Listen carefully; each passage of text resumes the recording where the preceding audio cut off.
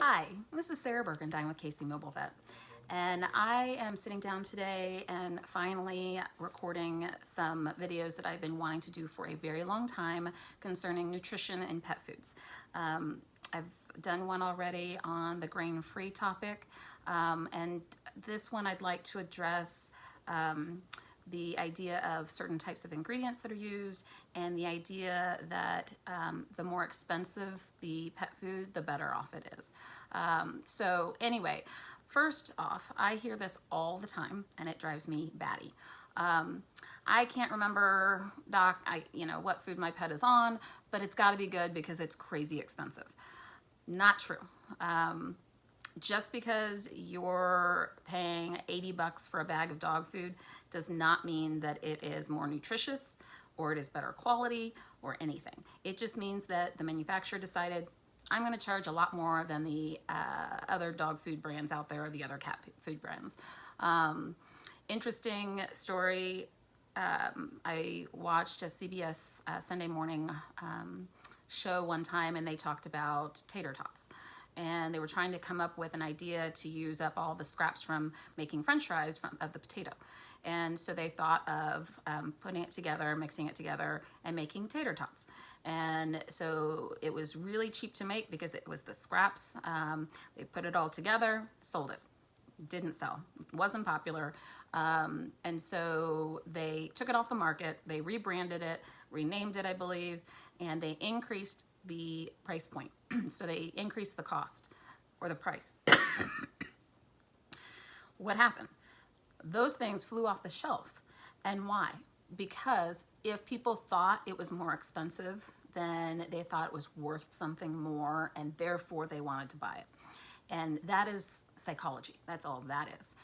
So truly, what something costs across the board doesn't necessarily mean that the quality is better, doesn't necessarily mean that it's better nutrition. In fact, in some cases, it might not be better nutrition at all. Concerns are coming about because a lot of new boutique brands of pet foods are coming out on the market. And I've told my clients when they ask me, I've never heard of X, Y, and Z brands, but why don't you call the 1-800 number that's usually listed on the bag, or look it up on the internet and call them, ask them, do you have a veterinary or animal nutritionist on staff all the time to formulate and these diets? And I have actually called a couple myself and found out that, oh yeah, when we first started, we hired a veterinary nutritionist to formulate our diets. And I said, oh, but they're not still working for you? No, they formulated our diets when we started. I said, oh, well, have you come out with any new diets? Yes, we've had new formulations come out. I said, did you have a nutritionist come out and formulate those? No. Oh. Well, anytime you change a brand, they change anything with the ingredients, you have to reformulate those diets. You have to make sure that the food has the same amount of nutrients, your calcium levels, your phosphorus levels, your magnesium levels, your proteins, your carbs, your fats, because all of our animals have carb requirements, have protein requirements, have fat requirements. I mean, our bodies all need protein, fat, carbs. We all need certain vitamins and we all need certain minerals. And the nutritionist's job is to make sure that these foods are addressing the needs the body has. Which brings me to a really good point. At this point, with the price point or the cost, our body has needs for nutrients. It does not have ingredient needs. So our body doesn't need celery, for instance. My husband hates celery. He doesn't eat celery, which is good that our body doesn't have a need or requirement for celery. It has a requirement for the vitamins and the minerals that are found in celery, but thankfully we can find those in other ingredients. So therefore, we don't need to eat celery to be healthy. We can find other fruits and vegetables that might have the same vitamins and the same minerals as that, because our bodies have a need for vitamins, it has a need for minerals, it has a need for protein, carbs, and fat. So when we look at how expensive a diet is, or well, this diet's better because it uses real chicken versus chicken meal, it makes no difference because our bodies have a requirement for fat and protein, and it's going to get protein whether you're getting a chicken nugget from McDonald's or whether you're getting the most expensive chicken breast meal at Capitol Grill. I mean, it makes zero difference. You're getting the same amount of protein as long as your amounts of chicken are the same. The same amount of protein, whether it's, the, chicken nugget type of chicken piece or the Capitol Grill chicken breast, right? So when we bring that up, we talk about, chicken meal or chicken byproduct. So let's hash into that. Byproduct just means it's not the primary focus of what we killed that animal for. So for the most part, most of our chickens are going to be primarily killed and processed for human consumption. So everything else, so chicken breast is going to be what people want the most. And so the chicken breast is taken most likely for human consumption. But that doesn't mean that the wings, the thighs, the drumstick meat, anything like that, still is good meat. It still has protein. It still is worth something.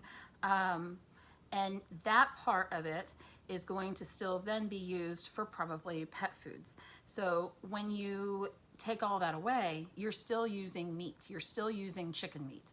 And I think a lot of us tend to think, well, if it's byproduct, we're talking about chicken feet or the tail feathers or something like that. No, they are still using meat.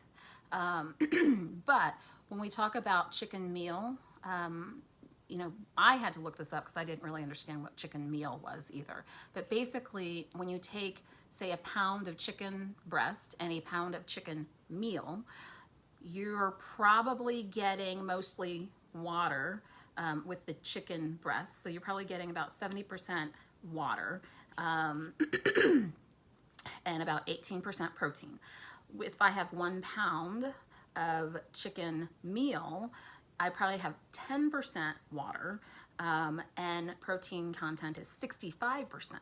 So basically they super dehydrate chicken meat, and then they are able to kind of concentrate that amount and cook it and kind of dry it up and think turkey jerky or beef jerky or something like that.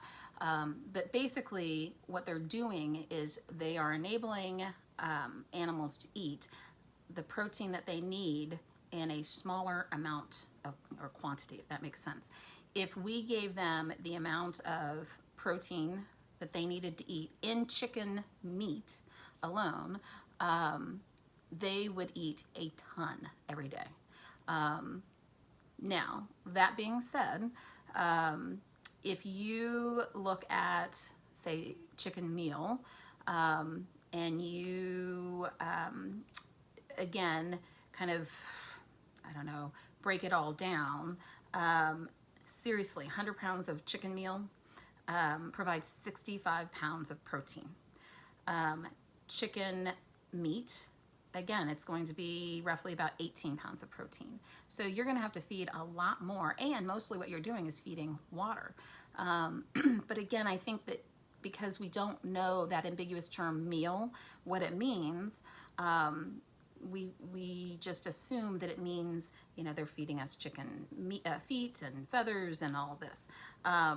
And so at this point, it really is just a way to get the same amount of nutrients that they need in a condensed amount of food. And so, we have dogs who might not eat very much per day. We really need to get a really jam-packed amount of nutrients in a dense kind of quantity, and that's what dry food is. And so that's all that this is talking about. It still uses real meat to make the chicken meal. And so when you look at people who say, oh, well, the first ingredient's chicken meat, well, a lot of times what they're doing is they are weighing the actual meat before they dehydrate it so that it becomes the, it's a heavier on the scale, basically. So if you have 10 pounds of chicken meat in this food, in this dog food bag, and you weigh it's 10 pounds. Well, if you dehydrate it, it's going to weigh a lot less because you're taking all that moisture out. Well, there's the laws surrounding what labels have to go on dog foods. It doesn't really matter. You can actually weigh that out and say, okay, it's 10 pounds, even though most of that's water weight. And so that's why when you look at the ingredient list, whatever ingredient is at the top is what is the heaviest, the most in volume. So if you have chicken meat as your top one, it's probably because they weighed it prior to dehydrating it. And so this is how a lot of manufacturers get by with saying, hey, chicken meat is our first product, chicken. Now, when you look at like, oh, protein, it has 20% protein. Interestingly, there are 3 different ways of describing or putting into those percentages that dog food, as fed, dry food percentage, and one other, I think. In any case, most of what dog food manufacturers put on their bags doesn't really mean a darn thing. I've talked to so many different nutritionists, and I've said, well, I'm comparing these 2 foods, and they say, well, that's not the one that you need to compare. So really, when people are using, oh, it says it's 20% protein on this one, but it's 30% protein on this one, it doesn't really do us a whole lot of good. Those aren't good numbers to compare to. And unfortunately, the numbers that we really need to compare to aren't being printed on the dog food bags and are not being printed online. So really, if you have any questions, the best thing to do is go talk to your vet because there are a lot of good nutritional information that we have that we can get to. We can call upon some really brilliant veterinary nutritionists. I've asked questions of one of my favorites, who is a nutritionist at the University of Tennessee, about this. So feel free to call us if you have any questions whatsoever. And again, protein, I think, is one of the biggest crazes because of chicken meal, byproduct, that type of thing. So feel free to reach out to us if you have any questions whatsoever. We are dying to answer your questions. So if you don't ask us, we don't know that you are looking for some answers. So please reach out to us. Feel free to call us at KC Mobile Vet, 816-800-1671. All right, thanks and have a great Sunday.